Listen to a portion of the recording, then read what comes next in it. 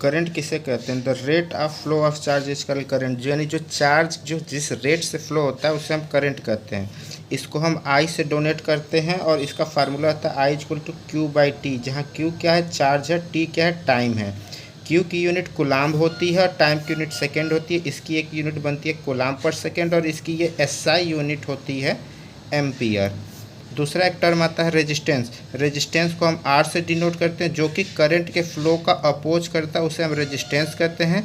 Resistance को are से denote करते हैं। रेजिस्टेंस का फार्मूला होता है R equal to V upon I, जहाँ पर वी क्या है? वोल्टेज है, आई क्या है? करंट है। तो वी की यूनिट होती है वोल्ट, आई की यूनिट होती है एम्पियर। तो इसकी एक यूनिट बनती है वोल्ट पर एम्पियर और इसकी एसआई यूनिट होती है ओम, जो कि ये एसआई यूनिट होती है। और इसको हम किससे दिखाते हैं? डिनोट करते हैं इस सिंबल से। ओम का सिंबल ये होता है। अब एक नेक्स्ट टर्म आता है कंडक्टेंस। कंडक्टेंस को हम जी से डिनोट करते हैं। कंडक्टेंस क्या होता है? कंडक्टेंस रेजिस्टेंस का अपोजिट होता है, यानी इसका इन्वर्सली प्रोपोर्शनल होता है। इसको हम जी से डिनोट करते हैं। ये क्या करता है? हमारे करंट के फ्लो को आसानी प्रोवाइड करता है, मतलब उसको ईजिली पास होने देता है। रेजिस्टेंस क्या करता है? करंट को ईजिली पास नहीं होने देता, इसलिए ये कंडक्टेंस रेजिस्टेंस का अपोजिट होता है। इसको जी से डिनोट करते हैं। इसका फार्मूला होता है 1/R। तो इसका आर का यूनिट ओम होता है, तो 1/ओम।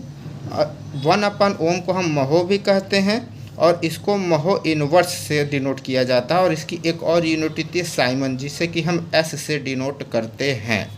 और दूसरी एक चीज़ इसमें हो सकता है कि कंडक्टेंस की एक और यूनिट यहाँ से निकाल सकते हैं। कंडक्टेंस इक्वल टू 1/R है, R equal to V upon I होता है। तो इसकी एक और यूनिट हम चाहें तो लिख सकते हैं एम्पियर पर वोल्ट। अब एक नेक्स्ट टर्म आता है रेजिस्टिविटी। रेजिस्टिविटी को हम रो से डिनोट करते हैं।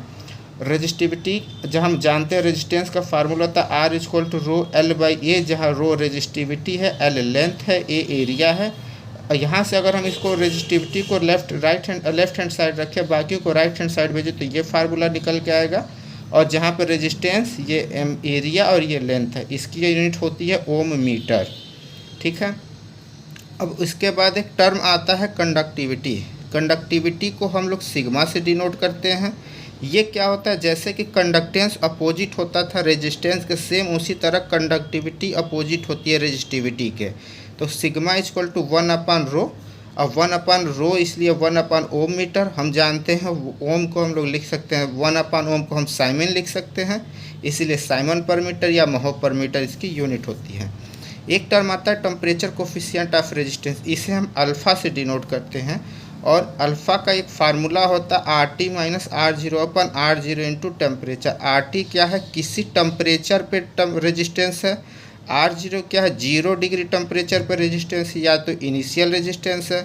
ये क्या है? इनिशियल रेजिस्टेंस है, मतलब इनिशियल टेम्परेचर पे या 0 डिग्री टेम्परेचर पे रेजिस्टेंस है, ये होता है टेम्परेचर। तो इस रेजिस्टेंस से इस रेजिस्टेंस की यूनिट कट जाती है, तो बचता है इसका जो यूनिट आती है 1/केल्विन, या तो क्योंकि टेम्परेचर का यूनिट डिग्री सेंटीग्रेड भी होता है तो हम इसको 1/केल्विन या 1/डिग्री सेंटीग्रेड भी लिख सकते हैं। अब टेम्परेचर कोफिशिएंट ऑफ रेजिस्टेंस होता क्या है? तो टेम्परेचर कोफिशिएंट ऑफ रेजिस्टेंस ये होता है कि ये हमें बताता है कि कोई भी मटेरियल का टेम्परेचर बढ़ाने पर क्या इफेक्ट आएगा। जैसे कि कंडक्टर का temperature of coefficient resistance positive होता है और सेमीकंडक्टर या इंसुलेटर का temperature coefficient of resistance negative होता है। तो इससे क्या पता चलता है? अगर किसी भी मटेरियल का कहा जाए अगर अल्फ़ा पॉजिटिव है, यानी उसका अगर हम टेम्परेचर बढ़ा देंगे तो उस मटेरियल का रेजिस्टेंस क्या होता है? बढ़ जाता है। इसीलिए जो हमारे कंडक्टर होते हैं उनका टेम्परेचर बढ़ने पर रेजिस्टेंस बढ़ता है, यानी अल्फ़ा पॉजिटिव। लेकिन सेमीकंडक्टर या इंसुलेटर में क्या होता है? अल्फ़ा नेगेटिव होता है, यानी अगर हम टेम्परेचर बढ़ाएंगे तो इसका रेजिस्टेंस क्या हो जाएगा? घट जाएगा। रेजिस्टेंस घट जाएगा और कंडक्टिविटी बढ़ जाती है, क्योंकि किसी भी मटेरियल का अगर रेजिस्टेंस कम होगा तो कंडक्टिविटी ज़्यादा होगी। कंडक्टिविटी भी कह सकते हैं कि मतलब जो इजीली करंट को फ्लो होने में, तो इलेक्ट्रॉन की संख्या उसमें कितनी, फ्री इलेक्ट्रॉन की संख्या ज़्यादा है। एक अब नेक्स्ट लॉ आता है ओम्स लॉ। ओम्स लॉ क्या कहता है कि जो करंट होती है ना किसी भी दो पॉइंट के बीच, मान लो कोई पॉइंट ए और बी है, तो इन दोनों के बीच में जो करंट होगी वो डायरेक्टली प्रोपोर्शनल होगी जो कि दोनों के बीच का वोल्टेज होगा।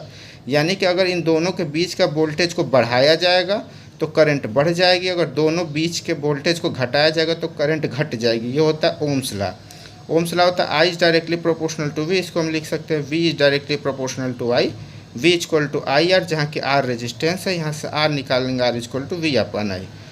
लेकिन ओम्स लॉ की एक कंडीशन होती है कि जो टेम्परेचर होता है और अगर जो अदर फिजिकल क्वांटिटीज होती हैं वो सब क्या होनी चाहिए, सेम होनी चाहिए, वो चेंज नहीं होनी चाहिए, तभी ये कंडीशन फॉलो होता है। अब एक चीज़ आता है कि जो हमारा एक और टॉपिक था टाइप ऑफ इलेक्ट्रिक मटेरियल। तो टाइप ऑफ इलेक्ट्रिक मटेरियल्स पे क्या होता है, मटेरियल्स 3 टाइप के होते हैं, टेम्परेचर, कंडक्टर, इंसुलेटर, सेमीकंडक्टर। अब क्या होता है, इनका एक एनर्जी बैंड डायग्राम होता है। कंडक्टर वो होता है जिसमें करंट इजीली फ्लो हो सके। कंडक्टर के एग्जांपल जैसे आयरन हुआ, स्टील हुआ, कॉपर हुआ, गोल्ड हुआ।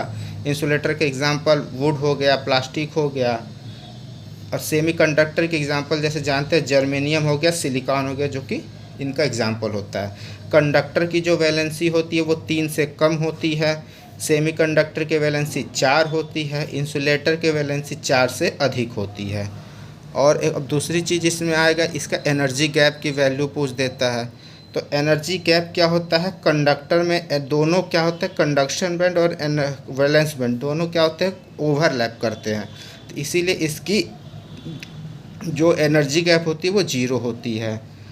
और इंसुलेटर की एनर्जी गैप क्या होती है कि 5 इलेक्ट्रॉन वोल्ट से अधिक होती है। और सेमीकंडक्टर की जो एनर्जी गैप होती है वो 0.7 इलेक्ट्रॉन वोल्ट से लेके 1.3 इलेक्ट्रॉन वोल्ट होती है। यानी ये इसका लिमिट याद करनी है कि कितनी कौन सी लिमिट होती है।